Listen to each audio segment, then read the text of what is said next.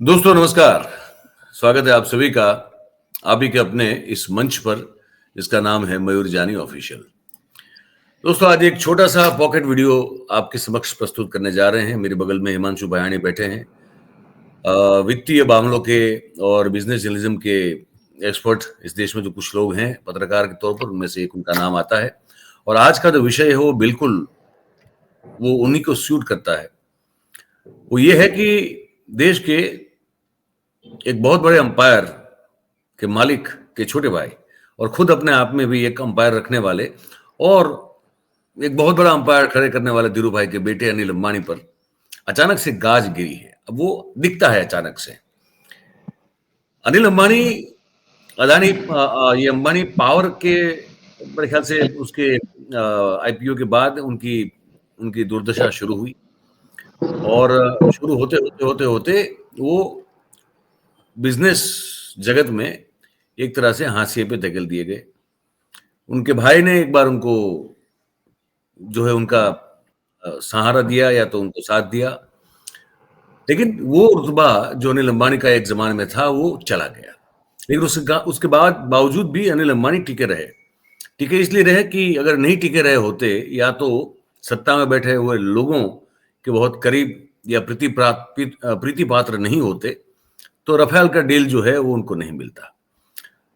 तब ये लगा कि शायद इनको फिर से खड़ा करने की कोशिश की जा रही है, लेकिन अचानक फिर उसके वो जो सत्ता में बैठे हुए लोगों से बिल्कुल करीबी माने जाते थे, उन्हीं पर सत्ता की जो बड़ी कुख्यात एजेंसीज हैं उनके छापे जो है पड़े, उनकी संपत्ति को जब्त किया गया है। और ये सब इसमें जो पॉलिटिकल जो हमको समझ में आ रहा है वो ये है, वित्तीय बाबतों में जो है ये हिमांशु बताएंगे। जो मामला है हिमांशु, इसको आप जरा बंद कर दें प्लीज। हाँ बिल्कुल, सॉरी।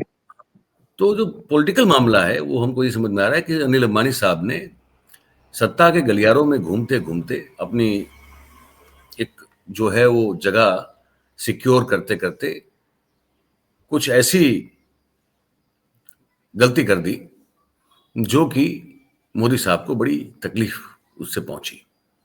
कुछ लोग कह रहे हैं कि वो जो उपराष्ट्रपति धनखड़ साहब थे उनके साथ उनका कुछ चल रहा था और वो कहीं इन्फ्लुएंस कर रहे थे चंद्रा बाबू को कि भाई इस सरकार को गिरा दिया जाए। अभी कितना सही कितना गलत हमको नहीं पता, लेकिन हमको इतना पता है कि कहीं ना कहीं उनसे ऐसी चूक हुई है, ये हम अभी तो स्पेकुलेशन कर रहे हैं, लेकिन ऐसी चूक हुई है जो मोदी साहब को चूभ गई है। और चूक गई है तो फिर उनके पास तो बड़े मजबूत दो हथियार ही हैं, ईडी हो, सीबीआई हो, इनकम टैक्स हो, सबकी गाज जो है अंबानी साहब पर गिरी है। अनिरुद्ध बहल साहब ने कोबरा पोस्ट के जो संस्थापक संपादक हैं और मेरे एक जमाने के मेरे बॉस रह चुके हैं, या तो मैं उनके नीचे काम कर चुका हूं, उन्होंने एक बड़ा पर्दाफाश किया। हिमांशु, मैं चाहूंगा कि मैं उनका प्रेजेंटेशन चला रहा हूं और आप जो है हमारे दर्शकों को आप पहले थोड़ा अपना एक इस पर जो है अपनी टिप्पणी कर दे, उसके बाद फिर उस प्रेजेंटेशन के साथ आप अगर हमारे दर्शकों को अपनी बात समझाएंगे तो ज्यादा आसान रहेगा। ये थोड़ा टेक्निकल मुद्दा वित्तीय बाबतों में हो जाता है, लेकिन अगर आप आसान सरल भाषा में समझाने की कोशिश करेंगे तो ये जो छोटा सा वीडियो है उसमें दर्शक हमारे जो भी जुड़ेंगे उनको चीजें सही से समझ में आ जाएगी। तो इनिशियल आपकी एक टिप्पणी हो, उसके बाद मैं शुरू करूंगा जी।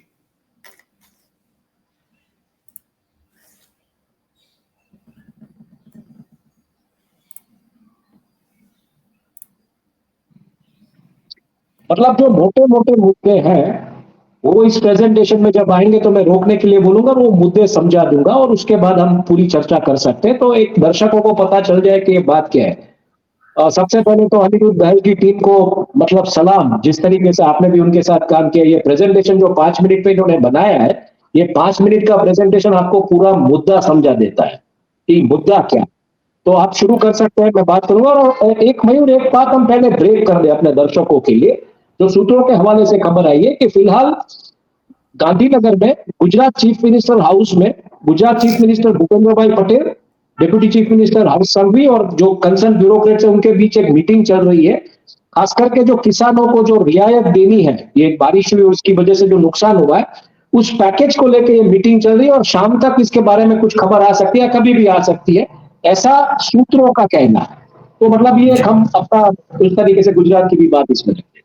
बिल्कुल बिल्कुल, मैं वो प्रेजेंटेशन जो है वो रन कर रहा हूँ, जी और आप दर्शकों को और हमारे समझा दें कि इसमें क्योंकि ये थोड़ा इस तरह का मामला थोड़ा जो ये टेक्निकल। टेक्निकल है, नो डाउट ये थोड़ा टेक्निकल है। मैं जहां जहां रुकने के लिए बोलूं तो वहां रोक देना, और कुछ नहीं है। जी जी बिल्कुल, तो आप देखिए अभी इसका ऑडियो मैंने म्यूट किया है, म्यूजिक बजता है, तो मैंने कहा ठीक है, कि यहाँ रोक दीजिए, यहाँ रोक दीजिए, यहाँ रोक दीजिए। देखिए मुद्दा क्या है, हाँ। थोड़ा पीछे लेना पड़ेगा। हम्म 41,000 करोड़ का फ्रॉड है, हम्म थोड़ा पीछे लेना पड़ेगा सबसे शुरुआत में। शुरू से शुरू करता हूं मैं इस स्टॉप प्रेजेंटेशन करते को। जाइएगा, हाँ। जहां का वो ऐसा मैं हाथ रखूं तो स्टॉप करते जाइएगा, तो समझाए बस इधर रख दीजिए। ये हम्म मुद्दा क्या है कि अनिल अंबानी की जो कंपनी है उसने 41,000 करोड़ का फ्रॉड कैसे किया है, इसके ऊपर इसका पूरा पर्दाफाश है। अब हम्म दूसरी स्लाइड दिखाइए, कोई बात नहीं। हम्म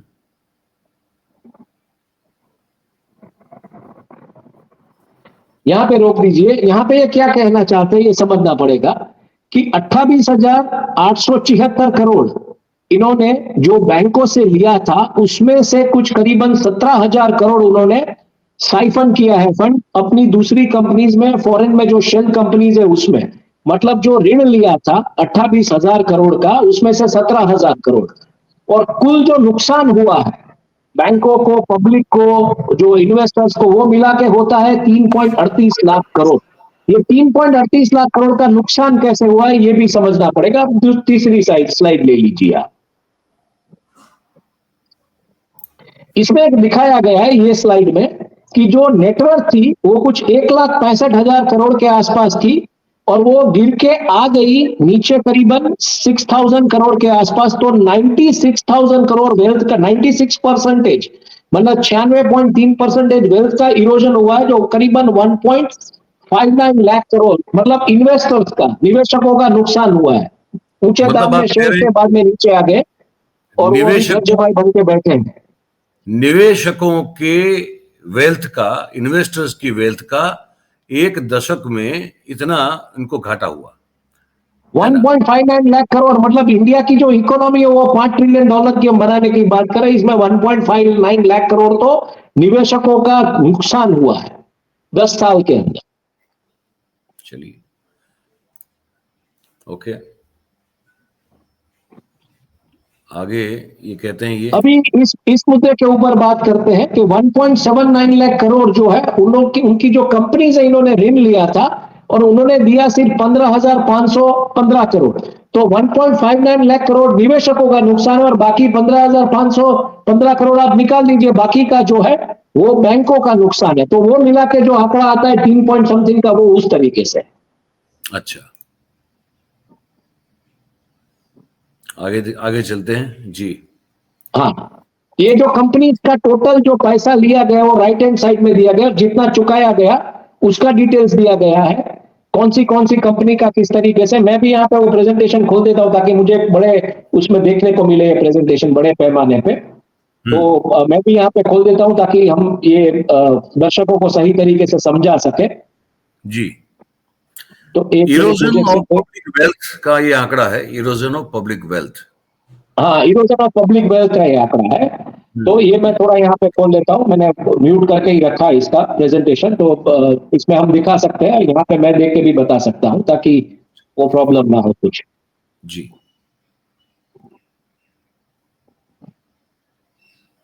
तो ये जो इरोजन ऑफ वेल्थ हुई 1.59 लाख करोड़, और ये टोटल जो इरोजन की जो बात आ रही है इसमें ये कुछ 3.38 लाख करोड़। तो 1.59 लाख करोड़ तो खाली इन्वेस्टर्स का नुकसान हुआ है। बाद में जो बैंकों का नुकसान हुआ है वो करीबन 1.62976 लाख करोड़, मतलब 1.63 लाख करोड़ आप बोल सकते हैं। तो 1.63 और 1.59 कर लीजिए, तो 3.78 का जो आंकड़ा आ रहा है वो आ रहा है कि 3.38 लाख करोड़ टोटली नुकसान हुआ है बैंकों का और निवेशकों का मिला के एक दशक में। अच्छा, चलिए, ओके, थोड़ा और आगे देखते हैं। हाँ, आगे देखते हैं। तो ये 3.38212 करोड़, मतलब 3,38,212 करोड़ का टोटली नुकसान भारत में निवेशकों का और बैंकों का हुआ है। जी। अच्छा, मुझे ये समझना है एक लेमैन की तरह, इसको थोड़ा ये नुकसान हुआ, मतलब ये पैसे का क्या किया गया है?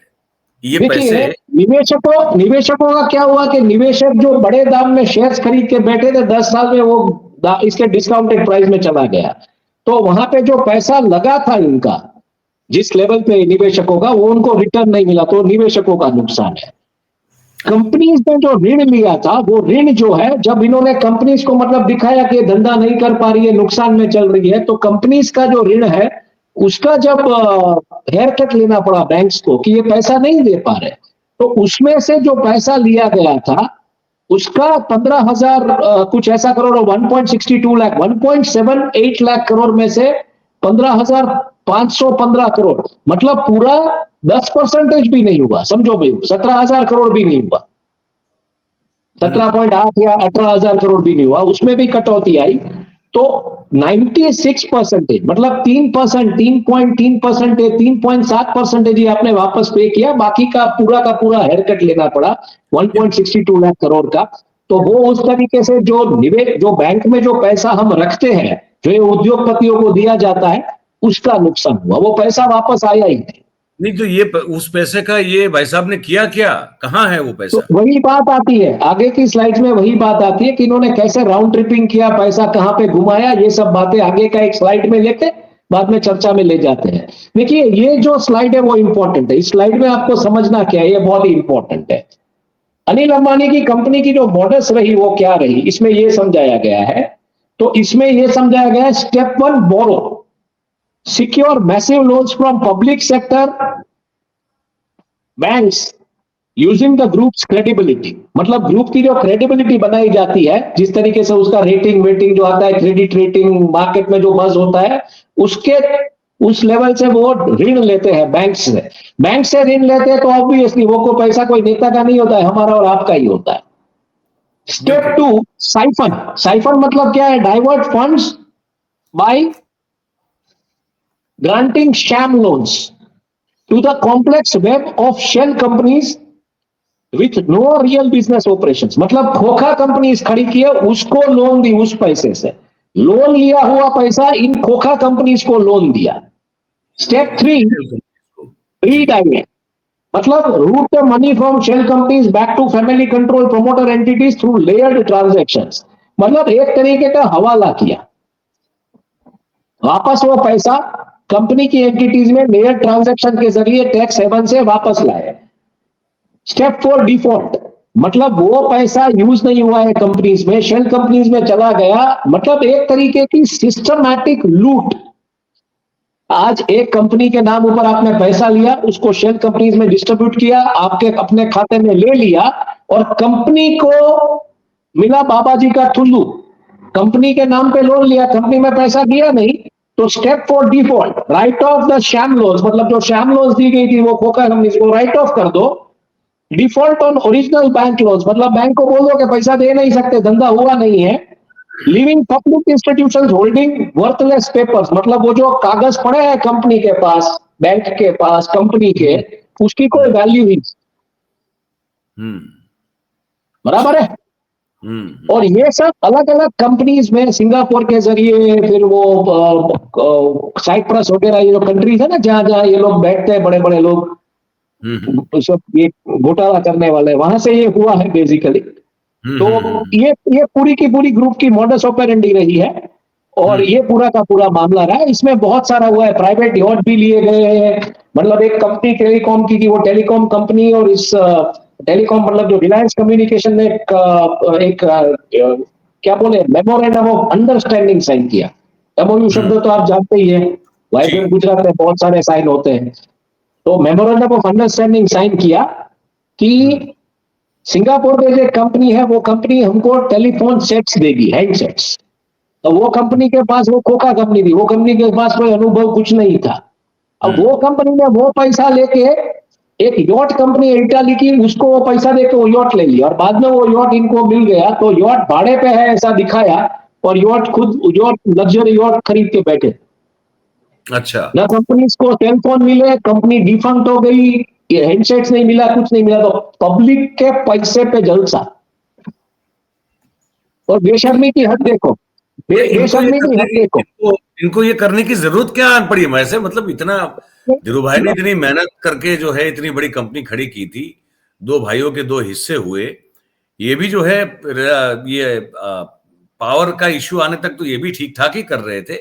ये ऐसा करने फिल्मों में पैसे डाला पावर हुआ है का उन्होंने।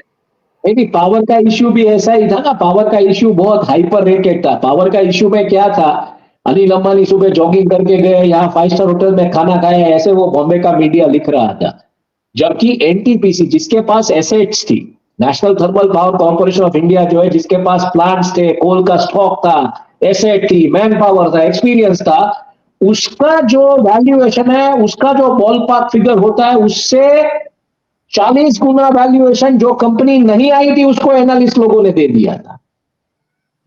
तो ये सब हाइप क्रिएट किया गया था। और बेशर्मी की हद देखो मयूर, आपने बहुत अच्छा कहा कि धीरू भाई इतना वेल्थ क्रिएट करके गए, इन लोगों को दिया। मेरे ख्याल से धीरू भाई एक सूझबूझ वाले, सौराष्ट्र के मेहनत करने वाले इंसान थे, जिन्होंने कोई इतना फॉर्मल एजुकेशन नहीं लिया था, कोई बी स्कूल में जाकर, उनको धंधा करना आता था। उनको परमिशन नहीं मिल रही थी, उन्होंने सिर्फ, वो गुरु में भी वो सीन है, उन्होंने सिर्फ इतना ही कहा था वो 10 सेकंड में कि माता जी का 200 करोड़ पड़ा है, क्या कर रहा है बोलिए। क्योंकि उसको पता था जो टाइम मिला था उसमें बंदा हाँ बोलेगा ना बोलेगा और सुनेगा क्या। तो बाद में वो पूरा का पूरा परमिशन मिल गया सब। तो उसके पास वो एक एंटरप्रेन्योर स्किल था, उसको पता था कि सामने वाले को बिठाना कैसे, कैसे बात करनी है। बच्चों को भेजा 20 स्कूल्स में पढ़ने के लिए फॉरेन। एजुकेशन का क्या मीनिंग रहा, बच्चे लड़े। तो ये है, ये जो होता है ना, वो जो हमारे लोक साहित्य के कलाकार बोलते हैं कि लोक साहित्य क्या है, जब गांव बोलता है और शहर सुनता है वो लोक साहित्य है। यहाँ पे यही चीज है, गांव के बंदे ने इतना बड़ा एंटरप्राइज खड़ा किया, फर्स्ट जनरेशन, और दोनों बच्चों को जो फॉरेन पढ़ने के लिए भेजा, वो ये एजुकेशन लेके आए कि लड़ना है पैसों के लिए। तो गांव में भी, मतलब जब हम चोरवाट में रिपोर्ट करने जाते थे, ये जब चल रहा था मामला दोनों भाइयों के बीच, तो गांव में यही मलाल था कि ये क्या कर दिया है बच्चों ने। पिताजी की हाजिर बदल हो जाता तो ठीक है। हाँ, मैं क्योंकि हम लोग अंत की ओर जा रहे हैं कार्यक्रम के, मैं एक चीज ये कहना चाहता हूँ कि ये सब ऐसा तो नहीं कि आज अचानक अनिल अंबानी ने किया था, ये तो करके कब से कर रहे थे। तो अब क्यों, अब जो इस पर गाज गिरी है वो क्यों है? इसके कारण जो है वो पॉलिटिकल रीजंस हैं। बिल्कुल पॉलिटिकल रीजंस है, ये बिल्कुल पॉलिटिकल रीजंस हैं। और ये जो मेरी समझ और जानकारी है वो ये है कि वो थे मोदी साहब के प्रिय थे और मोदी साहब को प्रधानमंत्री बनना चाहिए, वो सब पहले बोलने वाले भी अनिल अंबानी थे। जहां तक मुझे याद है शायद 2005 के या 7 के वाइब्रेंट गुजरात में पहली बार वो बोले थे। 2009 के वाइब्रेंट गुजरात के, उससे पहले वाले 2007 के, सॉरी 2007 के साइंस सिटी के वाइब्रेंट गुजरात के क्लोजिंग सेरेमनी में ये स्टेटमेंट दो लोगों ने दिया था, अनिल अंबानी ने दिया था और दूसरे थे सुनील भारती मित्तल। दो लोगों ने ये स्टेटमेंट दिया था, ठीक है। हाँ। और दूसरा, बेशर्मी की हद देखिए, मामला तो बिल्कुल हमें भी पॉलिटिकली लग रहा है, हालांकि इसके कोई तार जुड़ नहीं रहे, लेकिन धीरे धीरे इन परतों को हम खोलने की कोशिश कर रहे हैं। बेशर्मी की हद देखिए, मुंबई के पत्रकारों ने जब इनके सामने लुकआउट नोटिस जारी हुआ था, तो इनको फोन करके आप एसएमएस करके पूछा कि आपके सामने लुकआउट नोटिस जारी हुआ है तो आपका वर्जन। तो उन्होंने सिर्फ 2 शब्द लिख के भेजा था, सो व्हाट क्वेश्चन मार्क, कि मेरे सामने लुकआउट नोटिस जारी हुआ तो क्या कर लेगा, मुझे कौन क्या कर लेगा, इतना तो कॉन्फिडेंस है गलत करने के बाद। और सबसे बड़ी चीज, ये कोबरा पोस्ट है ना, वो बॉस अभी देसी हिंडनबर्ग बन गया है, शॉर्ट सेल नहीं करता है, लेकिन ये देसी हिंडनबर्ग बिल्कुल बन गया है। जिस तरीके से पूरा का पूरा जो चीजें पब्लिक डोमेन में थी उसको एसेम्बलेट करके लेके आए, उसके ऊपर चर्चाएं की, परंतु जो ठाकुर था वगैरह पत्रकार थे, सबने चर्चाएं की, तो ये बन गए देसी हिंडनबर्ग। और यहाँ पे बहुत क्लियरली दिख रहा है, जिस तरीके से अनिल अंबानी की जो पाली हिल वगैरह की 3000 करोड़ की संपत्ति की जब्ती हुई, एक जमाने में इस लोन को डिफॉल्ट कर दिया गया था, बाद में वापस इसको फ्रॉड की कैटेगरी में डाला गया। तो कहीं ना कहीं कुछ इक्वेशंस वही है, पावर के कॉरिडोर में अनिल अंबानी साहब ने कुछ गलतियां कर दी, ब्रोकिंग कर रहे थे, कहीं ना कहीं ब्रोकरेज का मामला था, ठीक से कर नहीं पाए। नहीं, कहीं मुझे गड़बड़। ऐसा लग रहा है, मुझे ऐसा लग रहा है अनिल अंबानी है ना, वो एक इंफॉर्मेशन एक्सचेंज थे, क्योंकि वो पिछली सरकारों में जिस तरीके से यूपी वगैरह में जिस तरीके से कनेक्टेड, आपको अगर पता हो तो 5 लोगों की टीम थी। मुलायम सिंह यादव, सहारा अमर श्री, सिंह, अमिताभ बच्चन, अनिल अंबानी और ये अमर सिंह जी अमर जो सिंह, थे, जो पूरा का अमर सिंह। पूरा संभालते थे, जी वो जी। तो अभी चल बसे हैं। मुलायम सिंह भी चल बसे हैं, सहारा श्री भी मतलब अभी जेल में। तो पूरा का पूरा इनका 5 का टीम था। ये जिस तरीके से बिजनेस पॉलिटिक्स सब कंट्रोल करते थे, पब्लिक रिलेशंस, बॉलीवुड, ये अलग था। ये पूरा का पूरा ध्वस्त हो गया, पांचों के पांचों ध्वस्त हो गए, कहाँ गायब हो गए पता नहीं। लेकिन इसके चलते बाद में क्या था कि जब ये सरकार आई तो इनके पास ऐसी, मतलब इनको जब भी चाहे यूज किया। जब भी इलेक्शन आते थे तो अनिल अंबानी के सामने गाज गिरती थी, फिर कुछ हम्म निगोशिएट होता था, फिर वापस वो सब बैठ जाता था। लेकिन इस बार हम्म। लगातार ओआरएफ का जिस तरीके से इन्वॉल्वमेंट की जो बात आई डिप्लोमेटिक आउटरीच के उसमें, जो हमने चर्चाएं की उसके ऊपर, और जो प्रॉब्लम हुआ था आई मीन एक्सटर्नल मिनिस्ट्री में एस जयशंकर और अजीत डोभाल के दोनों के जो बेटे जो थिंक टैंक चलवा रहे, उसमें भी प्रॉब्लम्स हुई, ये सब बातें आई। और इसके बाद यहां से मामला निपटता हुआ नहीं दिख रहा है। और कहीं ना कहीं मुझे भाई एक दूसरी चीज भी लग रही है, I don't know, I might be wrong. As a business journalist मेरा जो गट फीलिंग बोल रहा है वो ये है कि ये मैसेज है just not for Anil Ambani, ये मैसेज है दूसरे प्लेयर्स के लिए भी, कि आपने किस तरीके का, मतलब गन्ना सेठों ने जो भी मतलब गलत सलत किया है वो सब खुल सकता है। अगर आप मानते हो कि ये बैंक लोन कैटेगरी में या एनपीए हो गया तो भूल जाइए, हम जब चाहेंगे तब खोलेंगे। और ये मैसेज है उन धन्ना सेठों को। और दूसरा मुझे ये भी लग रहा है एग्जिस्टिंग धन्ना सेठ को भी मैसेज है कि देखो इंफ्रा में बहुत गड़बड़ी होती है, हमको पता है, तो आप हम्म। संभल के चलिएगा। जो इंफ्रा में सबसे बड़े धंधा सेठ है उनको भी ये मैसेज है कि हमारे साथ ये गड़बड़ी मत करना, वरना इधर ऐसा जो हाल हुआ होगा। और इनके हाथ अभी लग रहा है देसी हिंडनबर्ग, ये कोबरा पोस्ट, तो ये तो मतलब आएगी ऐसी बातें बात। मुझे ऐसा जी लग रहा है ये कोबरा पोस्ट यहाँ पे नहीं रुकेगा। कोबरा पोस्ट आने वाले दिनों में और बहुत, क्योंकि दीवान हाउसिंग फाइनेंस लिमिटेड का भी कोबरा पोस्ट ने किया था, वो भी लिंक्ड कंपनीज थी अनिल अंबानी वगैरह के साथ, यहाँ पे भी ये आ गया है। तो कहीं ना कहीं मुझे लगता है जिन लोगों को फेवर मिला है पिछली रिजीम में, जो खड़े किए गए थे कॉर्पोरेट नहीं, हॉटस्पॉट्स या जो आप बोलो, अनिल अनिल किसी अंबानी को कॉर्पोरेट तो, के रसूख की वजह से। अनिल अंबानी को तो इस रिजिम, मोदी रिजिम में भी बहुत फेवर मिली है। ऐसा नहीं हाँ कि तो नहीं मिली। मतलब, एक तो मेरा कहने का मतलब है पिछली सरकारों में जो कॉर्पोरेट हॉटस्पॉट्स खड़े कर दिए गए थे, एक कॉर्पोरेट का फोन जाता था कि इनको कर दीजिए, वो कॉर्पोरेट हॉटस्पॉट्स मुझे लगता है इनकी डिटेल्स अभी अनिरुद्ध के पास आएगी, और अनिरुद्ध मुझे लगता है बिल्कुल ये देसी हिंडनबर्ग के तरीके से काम करेगा, पूरा डेटा एसिमुलेट करके लेके आएगा। मतलब ये अभी हमारा वो हिंडनबर्ग वाला कौन था अपना, एंडरसन, हम्म। नेथन एंडरसन बन चुका है, जी। No doubt about that.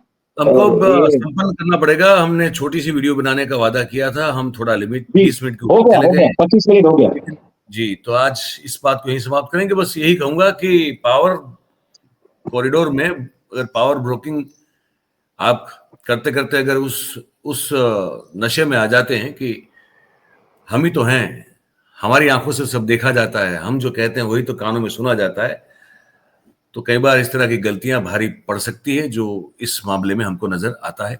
आप सब का बहुत बहुत धन्यवाद करेंगे इस बातचीत में जुड़ने के लिए। अपनी राय लिख के हमको जरूर से भेजिएगा कमेंट करके, और इस वीडियो को आप लाइक करें, इसकी लिंक को शेयर करें, और चैनल को अगर आपने सब्सक्राइब नहीं किया है तो इसको कर लें, अभी अपने साथियों से करवा लें, ये आपसे विनती है।